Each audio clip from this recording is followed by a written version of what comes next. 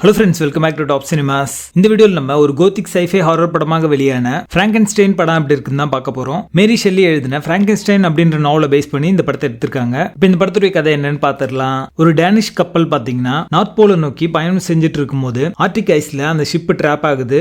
Workers எல்லாரும் அந்த ஷிப்பை அதுல இருந்து மீட்கிறதுக்காக போராடிட்டு இருக்காங்க. அப்ப ஷிப்புடைய கேப்டன் ஆண்டர்சன் பலத்த காயத்தோட இருக்கிற விக்டர் பிராங்கென்ஸ்டைனை ஷிப்புக்கு கொண்டு வந்து ட்ரீட்மெண்ட் கொடுக்குறாரு. அதை தொடர்ந்து அவங்களோட ஷிப்பை ஒரு சூப்பர் ஹியூமன் ஸ்ட்ரென்த் உள்ள ஒரு கிரீச்சர் அட்டாக் பண்ணுது. துப்பாக்கியில சுட்டாலும் அந்த கிரீச்சருக்கு அதனால உண்டான காயங்கள் உடனே மறைய ஆரம்பிக்குது. அந்த கிரீச்சர் விக்டரை தன்கிட்ட சரண்டர் பண்ண சொல்லி கேக்குது. இந்த அட்டாக் நடக்கும்போது ஷிப்பை அந்த கிரீச்சர் பாத்தீங்கன்னா ஐஸ்ல இருந்து ரிலீஸ் பண்ண ஐஸ் உடைஞ்சு கிரீச்சர் பாத்தீங்கன்னா தண்ணிக்குள்ள போயிடுது. விக்டர் தான் தான் இந்த கிரீச்சரை கிரியேட் பண்ண அப்படிங்கிற மாதிரி சொல்லி அவரோட சைட் ஸ்டோரியை வந்து சொல்ல ஆரம்பிக்கிறாரு. இதுக்கப்புறம் நடந்த சுவாரஸ்யமான விஷயங்கள் தான் இந்த படத்துடைய கதை.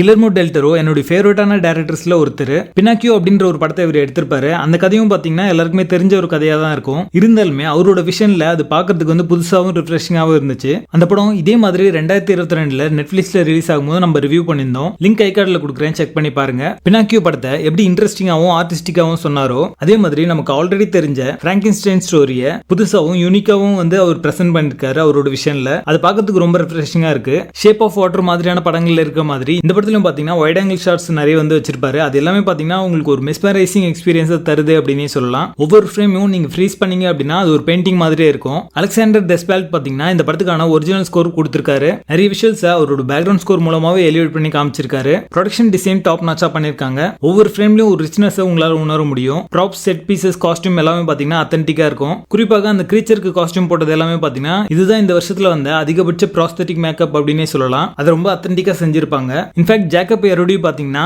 அவர் தான் கிரீச்சரா நடிச்சிருக்காரு அப்படின்றது தெரியாத அளவுக்கு போட்டிருப்பாங்க. அதுதான் இந்த படத்துடைய பிளஸ் அப்படின்னே சொல்லலாம். இந்த மாதிரி எல்லா டிபார்ட்மெண்ட்டும் ஆர்டிஸ்டிக்கா வேற லெவல்ல அவுட்புட் கொடுக்குற ஒரு படம் பாத்தீங்கன்னா 2000 அந்த மாதிரி டைம்ல தான் வரும். இப்ப அந்த மாதிரி படங்கள்லாம் வந்து குறைஞ்சிட்டே வருது. இந்த விஷயத்துல நெட்ஃபிளிக்ஸ் நம்ம பாராட்டி ஆகணும். கில்லர்மோ டெல் டோரோவுடைய விஷனுக்காக அவர் கேட்கிற அந்த பெரிய பட்ஜெட்டை கொடுத்து அவர் நினைச்ச மாதிரி அந்த படத்தை எடுக்க வச்சு, அது மட்டும் இல்லாம டைரக்டா வந்து நெட்ஃபிளிக்ஸ்ல ரிலீஸ் பண்ணாம ஒரு சின்ன தியரிட்டிக்கல் ரன்னும் வச்சு அதுக்கப்புறமா வந்து நெட்ஃபிளிக்ஸ்ல ரிலீஸ் பண்ணிருப்பாங்க. அந்த தியரிட்டிக்கல் ரன்னும் எதுக்கு அப்படின்னு பாத்தீங்கன்னா ஆஸ்கர்ல நாமினேட் ஆகணும் அப்படின்னா குறைஞ்சபட்ச தியரிட்டிக்கல் ரன் அப்படின்ற மாதிரி வச்சிருப்பாங்க. அது ரன் ஆச்சு அப்படின்னா தான் இவங்க அந்த ஆஸ்கர் நாமினேஷனுக்கே வந்து எலிஜிபிளா இருப்பாங்க. சோ அதையுமே கொடுத்திருப்பாங்க. 2026 ஆஸ்கர் ரேஸ்ல இந்த படம் cinematography, makeup, costume and production design இந்த கேட்டகரி எல்லாத்திலும் பாத்தீங்கன்னா நாமினேட் ஆகும். வின் பண்ணுமா அப்படின்றது நம்ம வெயிட் பண்ணி தான் பார்க்கணும். ஆஸ்கர் ஐசக் பாத்தீங்கன்னா என்னோட ஃபேவரட்டான ஆக்ட்ரஸ்ல ஒருத்தர். அவர் தான் இந்த படத்துல விக்டர் பிராங்கென்ஸ்டைனா நடிச்சிருப்பாரு. விக்டர் பிராங்கென்ஸ்டைன் அப்படின்ற ரோலுக்கு ஒரு ஆப்டா சூட் ஆகுறாரு. ஒரு பினாமினல் பெர்ஃபார்மன்ஸ் கொடுத்திருக்காரு அப்படின்னே சொல்லலாம். அவருடைய ரோல் பாத்தீங்கன்னா நெகட்டிவ் ஷேட் உள்ள ஒரு ரோலா இருந்தாலுமே ஒரு லைக்கபிள் கேரக்டரா தான் இருக்கும். இவருடைய ரோல் பாத்தீங்கன்னா எப்படியாவது இறந்த ஒரு நபரை உயிர்ப்பிச்சு கொண்டு வந்தோம் அப்படின்னா இம்மோர்டாலிட்டி அப்படின்றத இன்வென்ட் பண்ண முதல் ஆளா நம்ம தான் இருப்போம் அப்படின்றதுக்காக அவரோட பெஸ்ட் எஃபர்ட்ஸ் போடுவாரு. அது எல்லாத்தையும் பாத்தீங்கன்னா ஸ்கிரீன்ல ரொம்ப நல்லாவே அவரோட பெர்ஃபார்மன்ஸ் மூலமா வெளிக்கொண்டு வந்திருப்பாரு.